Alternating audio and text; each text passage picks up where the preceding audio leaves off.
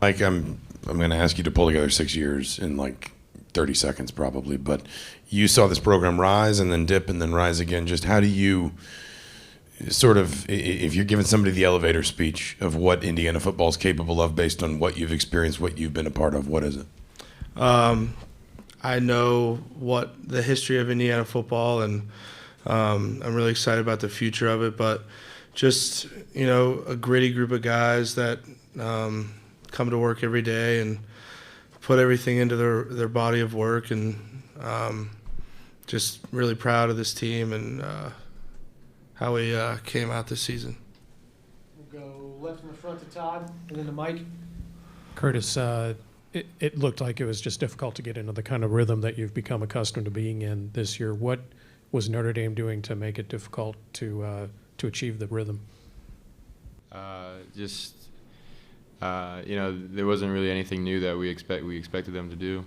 They came out and did, what we expected, and just a lack of execution on my part, and it just, didn't help. So finishing some drives, we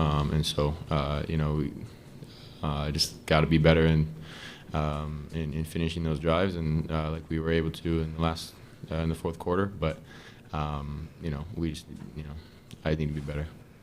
We'll go far right to Mike, and then to Josh. Curtis, what'd you see on the early interception, and then did it take you a minute to kind of get back in sync after that, or a little while to kind of get in the flow of the game?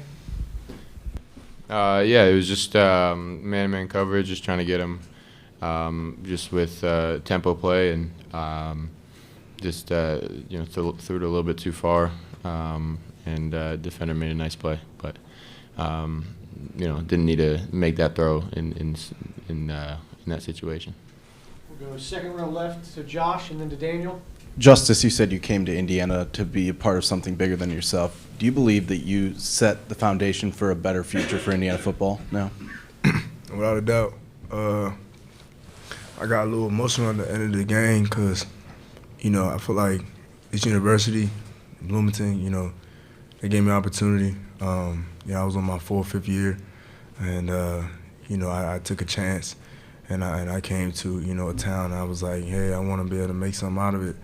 And so I believe that this year, it's hard as a competitor to kind of like be settled of what you've done in the past, but we've done a lot. I think the foundation is something that I wanted to start, leave a legacy with the guys that, come in every single day working hard, loving each other, sacrificing, blood, sweat, and tears every single day.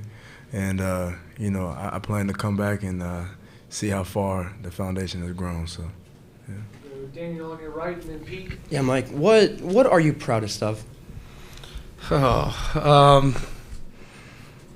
As a whole, so proud of how this team has, played this season as, usually the underdog.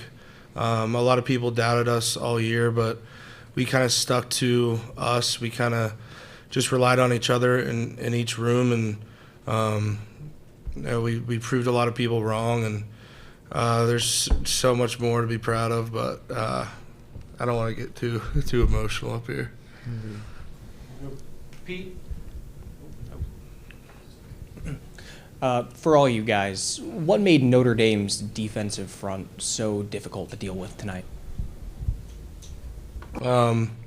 I think up front they're not the biggest group, but they're super twitchy and fast, and they're bringing a lot of different packages and movements, and bringing the linebackers, cross dogs, arrows, kind of all that different things. And then up front they really didn't play us straight all game. They were always moving and doing different things, but that's kind of what I saw up front. Yeah. Pete back left, and then Zach B. Curtis, I guess, what are you most proud of, and how emotional is it that it's over? I'm just proud of the guys in this journey. A lot of us have been new to this program this year, and the guys that have been here for years, like Mike. I just just so proud of how we've come together as a team and been able to make a memorable season like it has been. And although it wasn't the way that we wanted to end it, just glad that we were able to do it together and kind of start the dynasty of Indiana as it moves forward. And I'm just looking forward to watching it. It really hadn't set in for me that this was lit for me in college, and it definitely hurts. We'll go Zach B, second row, and then Ed with Seth. Curtis, you mentioned the lack of execution tonight. Was that something that they were doing specifically defensively that led to that? I just didn't play in rhythm myself. My eyes weren't in the best spot sometimes, and it's easier to play when you're in rhythm. And I didn't help myself in that way.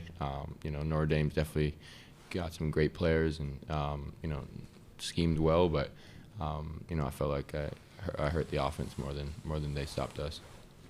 Last one to Seth. Mike, what will you remember most about this team, this group of guys, and how should fans remember this team? I'm going to remember this team as the closest team that I've ever been a part of.